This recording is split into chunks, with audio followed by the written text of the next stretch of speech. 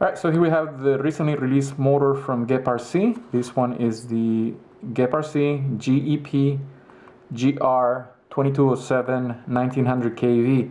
And this was sent in by GepRC factory, so thank you a lot for sending the motors for review. They were also kind enough to send me a couple of other motors, interesting motors. This one is the GR1507 3600KV, and I think they also sent me a higher KV. I have to check the 4100 or 4000 KV. And they also sent me a GR1206 4500 KV. So keep an eye out for testing of these two motors. There's the 4200 KV also on the 1507. So here it is, prepped for testing, so I'll run that in the next following days. And this one's the 1206, so pretty interesting motor size for the T-style props, for 2.5 and 3-inch props for micros, so looking pretty good. So also that one's prepped for testing, so I'll be testing those soon. So anyway, the usual box, black cardboard, and no frills, so just plain box, which is good, you know. No need to spend so much money on packaging. And they come as usual just in a plastic bag with minimal stuff, although they do give you M3 by 8 screws for 5mm thick arms, and M3 by 7 for 4mm thick arms, so that's pretty good. They know most people are running these thick arms, not 2 or 3mm, so they provide you with sets for those arms and a low profile nylock, so that's good. But I prefer the full size much better, but that's good. So here's the motor. This one's the Chinese red, is what they call this color. So here's the motor. This one is the Chinese red, and there's also a titanium color version. So nice color. This Chinese red is nice and subtle. And they've actually used the same design as the 2306 that I reviewed earlier this year, so keep an eye out for that video too. I'll put a link right there, so if you want to see the 2306, that motor performed quite well actually, and it's quite popular, and pretty good reports on that motor as far as longevity and performance. Pretty strong motors. Basically the same construction, although they do say that they improved upon the 2306s. So they're saying this one is made out of 7075 aluminum, and it's using N52H magnets. Also the casing and the bell is also 775 alloy. And the interesting thing is they're saying the bearings are NSK, so those are good quality Japanese bearings. And if you look at the specs on their website, they're saying this motor is capable of 900 continuous watts for 15 seconds, so that's pretty good. The factory is listing the power handling capabilities of the motor, and there's a whole bunch of other specs on the website, so check those out. I'll put the link on the description. So they're claiming weight of 31 grams. Let's see what it weighs. Let's measure this wire. And this is 20 gauge, a pretty much standard size wire as far as gauge. And this one is about 155 millimeters of wire, so pretty standard length. So let's see what it weighs with that much wire. So that comes in at 34.9. So then if we remove that much wire, and so that this is about 50 millimeters is the usual weight that I do, you know, for all motors, so that all are weighed with the same length of wire. So that's 2.3 grams that we remove, so we'll tear that. Wire weighs quite a bit, so with that much wire removed it comes down to 32.6, but you gotta remember we'll still have about 150 millimeters of wire, so that's another like around a gram, so it's very close to the stated weight of 31 grams, so maybe a little bit, tiny bit more than what they're stating, but for all practical purposes is right on the weight they're claiming, around 31 grams without any wires. So as I was mentioning, this one has pretty much all the features that we've come to expect from motors these days. Naked bottom, and also a nice beefy shaft retaining screw, so that's really good. Those are easy to remove. As you can see, it's a big head, and it's not one of those puny 1.5 millimeter drivers that you need to use. This one uses a 2 millimeter driver, so that's good. That's easy to remove. And the base pattern for the mount is 16 by 16, so that's good. A nice spoke pattern here on the bell. It's got some texture there for the props, although it's not a lot. You could perhaps use a little bit more texture to hold on to the prop, so that's kind of a little bit on the smooth side there, but no problem, you know, just tighten it really well. Just nitpicking. And nice and beefy magnets. Yeah, you can more or less see the gap. So I'll remove this screw and take the motor apart so we can check it out under the magnifying glass. And as you can see, it's pretty easy to remove when these beefy screws are used. Of course, that believe it or not, you know, these screws do weigh some, so that's why in the past we always saw those little tiny screws that would always mess up when you try to remove them. But I'd rather have the extra fraction of a gram and have a really good manly screw, so that's good. No washer there, so it's just the screw holding the motor together. And there you can see the fully hollow shaft, so that's good. That's a 4 millimeter shaft, and we'll measure the size of that bearing. It looks like it's a 4 by 9 by 4, which is what we want. Nice and beefy bearing, they last longer. So let's see, last time I had a little bit of a hard time pulling this apart. I think this is the same case.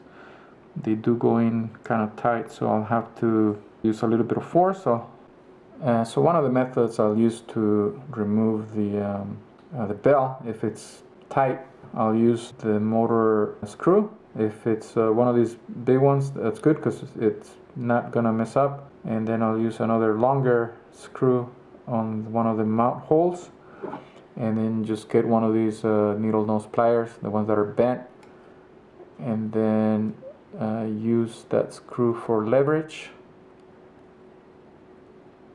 And just place it like so, as you can see there, and then just pivot like that, and it's kind of like a press, as you can see. That's getting it out. And then of course once it bottoms out, unscrew some more, and let's see if that shows. There, see? So that usually works, but sometimes they're really tight and you really have to use some force. So there it goes. That's how you remove that. So here's the bearing. Let's just measure. These are supposed to be NSK bearings, and those are known to be pretty good quality bearings. So yeah, those are 9 millimeters diameter. So that's a 4 by 9 by 4 bearing. That's the best bearing to use in motors this size. So that's what you want to see. And it came off when I pulled the motor out, so no biggie. That means they're actually easy to replace. So when it comes time to replace these, just a little tap and they'll come right off. So that's good. Yeah, it goes in pretty good. So it's pretty tight in there too. So good tolerances on the motor. Now that it's apart, I'll put it under the magnifying glass and see what it looks like up close. Here's the bell up close. So pretty nicely machined and nicely finished bell. And there's the one-piece shaft, and it is magnetic, so I imagine that's just hardened steel. So on the 2306, as far as I know, reports on those is that they have been pretty durable. I haven't read any issues on that motor, so hopefully this 2207 is basically the same, durable and reliable. There's a lip on the bell ring, so that'll help keep the magnets in place, and nice and chunky magnets, so those should allow for quite a lot of power on the motor. And here we have the stator. So that one's supposed to be 7 millimeters in height, and according to the specs on the GepRC website, these are supposed to be 0.15 laminations. So let's measure the height of the stator,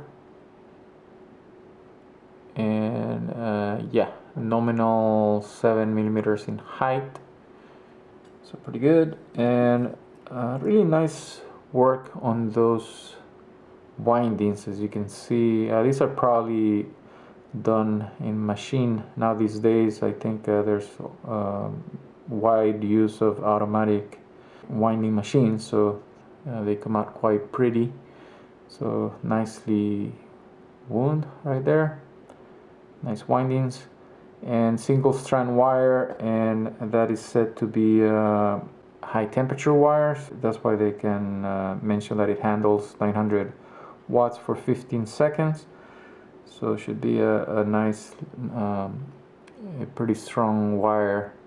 So this motor basically is made for 4 to 6S, based on that KV, 1900 KV. So I'll mainly test on 6S, since that's the most, one of the most popular voltages for battery to use for motors of this KV and this size for 5-inch props.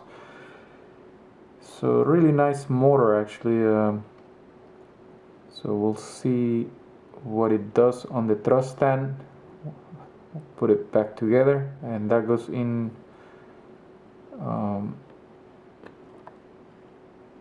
It's quite. It is quite tight on the shaft on the bearings. So you know, you just gotta use some tricks to get it out if you ever need to remove it. Alright, so again, put it back together and see what it does, and always remember to use Loctite on the screw so it doesn't come loose. Either the blue or the purple. The blue one is a little bit stronger. Purple is meant for screws that you want to remove easily, but the blue one would be good enough, and that's the more common one. So you want to use that once you put it back together, so you don't get any surprises with loose screws. So there we go. Alright, let's put it on the thrust stand now.